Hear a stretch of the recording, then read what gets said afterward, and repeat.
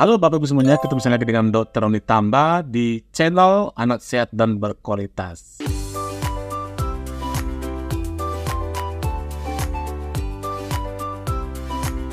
Kali ini saya akan membawakan satu materi tentang anak GTM atau anak yang bila diberikan makan selalu gerakannya mingkem atau sering disebut dengan GTM, gerakan tutup mulut. Kira-kira bagaimana solusinya? Tentu Bapak Ibu sudah banyak membaca. Nah, kali ini saya membaca satu istilah, yaitu reset week atau metode reset week. Kira-kira kita bahas antara apa itu reset week tersebut ya. Jadi kali ini saya sendiri baru membacanya. Memang dalam dunia tentang nutrisi bayi dan anak tentu ada banyak istilah tentang pemberian makannya. Strateginya katanya ada istilah reset week. Ini merupakan pembahasan kita kali ini. Seperti biasa Bapak Ibu semuanya, sebelum membahasnya saya tetap mengucapkan terima kasih kepada Bapak Ibu yang sudah rajin menyimak materi-materi kami di channel Anak Sehat dan Berkualitas. Dan bagi Bapak Ibu semua yang mungkin saja baru pertama kali menyimak materi kami, jangan lupa klik subscribe-nya, like, dan boleh di-share kepada teman-teman yang lain. Mana tahu di luar sana banyak teman kita, saudara kita, sahabat kita yang membutuhkan informasi ini. Dan saya kira ada banyak orang tua memiliki drama tentang pemberian makan pada bayi maupun anaknya. Yuk kita mulai pembahasannya.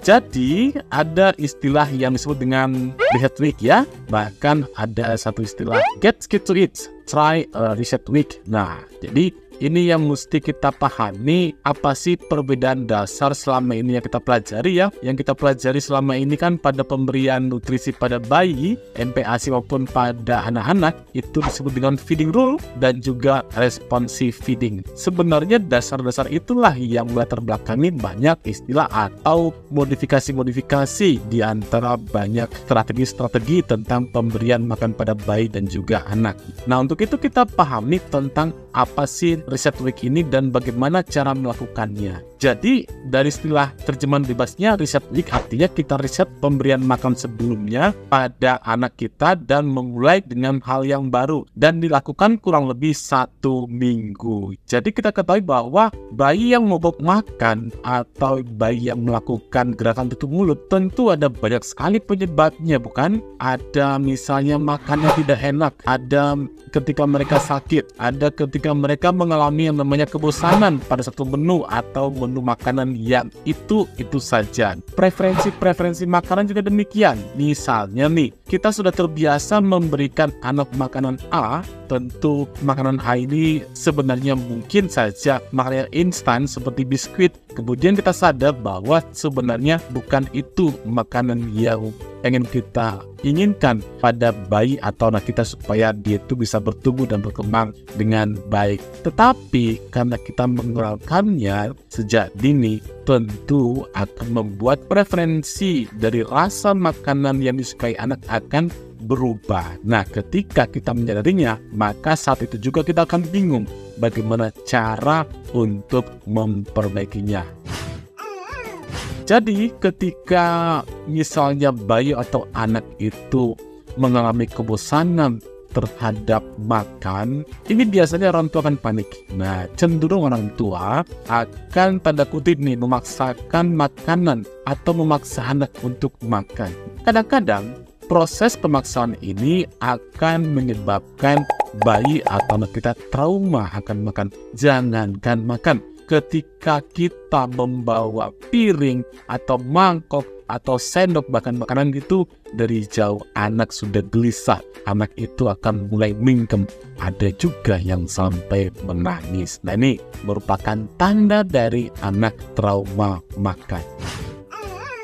Jadi bagaimana kita melakukan metode reset week ini ya? Kita lihat, yang pertama hal yang bisa kita lakukan adalah rencanakan makan bersama dengan keluarga, termasuk di dalamnya ada anak atau bayi. Nah, usahakan suasana makan bersifat netral.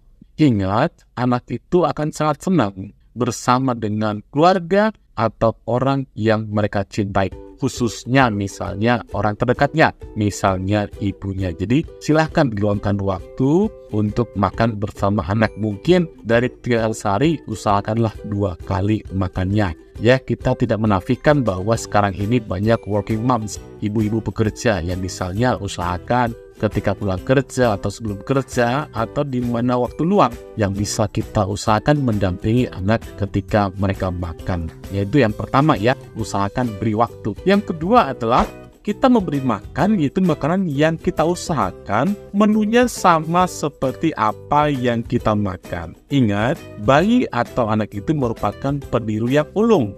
Mereka akan suka sekali melihat apa yang kita makan dan try, ya, mencoba apa yang kita makan. Nah, di saat ini maka kita ambil kesempatan, nanti si bayi kita akan mencoba meraih, si anak kita akan mencoba meraih apa yang kita makan dan mencoba memasukkan ke dalam mulutnya.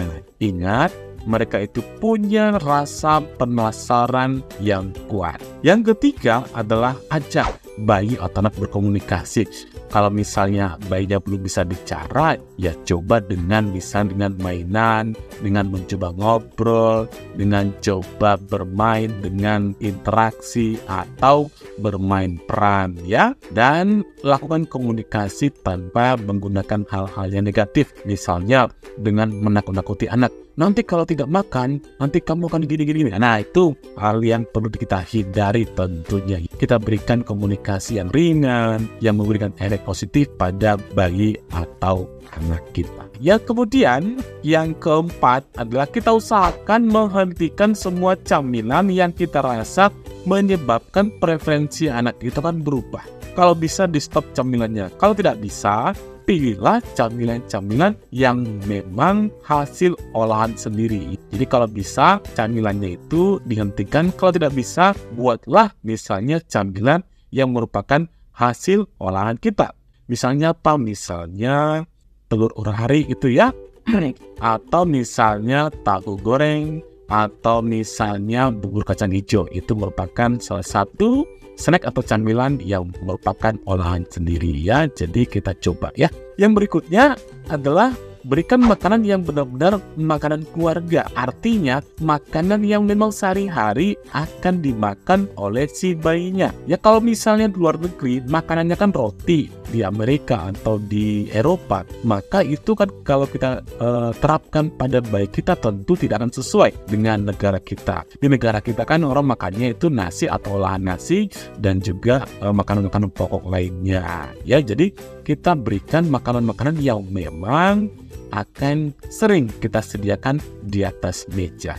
Yang berikutnya adalah kita sebaiknya menghindari pada fokus jumlah makanan yang berhasil dihabiskan si bayi atau anak. Nah, ini biasanya orang tua kan fokusnya itu bagaimana si bayinya, bagaimana anak itu bisa menghabiskan makanan. Kalau itu fokus kita, maka kita akan stres, kita akan sering merasa kecewa dan menghentikan segala satunya dan tergoda untuk memberikan hal-hal yang mungkin kurang baik pada bayi kita. Jadi kita hindari fokus pada jumlah makanan dulu ya, tapi kita fokus pada proses yang baik dulu. Anak bisa duduk manis, bisa diajak komunikasi, mulai dia anteng, tidak terlalu makan, dan mulai makan sedikit-sedikit, tapi minimal dia sudah tahu makanan-makanan yang ingin kita supaya mereka bisa menghabiskannya. Yang berikutnya mungkin saja, walaupun tidak selalu, tapi baik juga kita berikan insentif kecil ya, misalnya hadiah kecil, tapi jangan sampai si anak itu hanya mau atau menginginkan insentif atau hadiah tersebut ya. Jadi bisa saja misalnya insentif ciuman atau insentif hadiah kecil bagi bayi atau anak kita ya. Kapan kita berikan? Ketika mereka bisa menghabiskan atau misalnya makan dengan baik.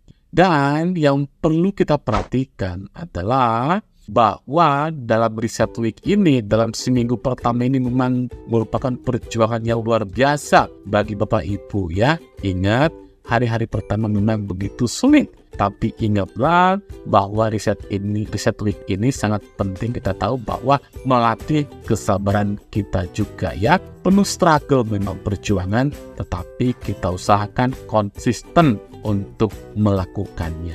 Biasanya hari pertama, hari kedua mungkin masih susah, lalu kemudian hari ketiga mulai berhasil dan seterusnya. Ingat, kita ubah menu atau makanan yang sebelumnya dengan menu keluarga yang memang kita inginkan anak itu nanti ke depannya mau makan.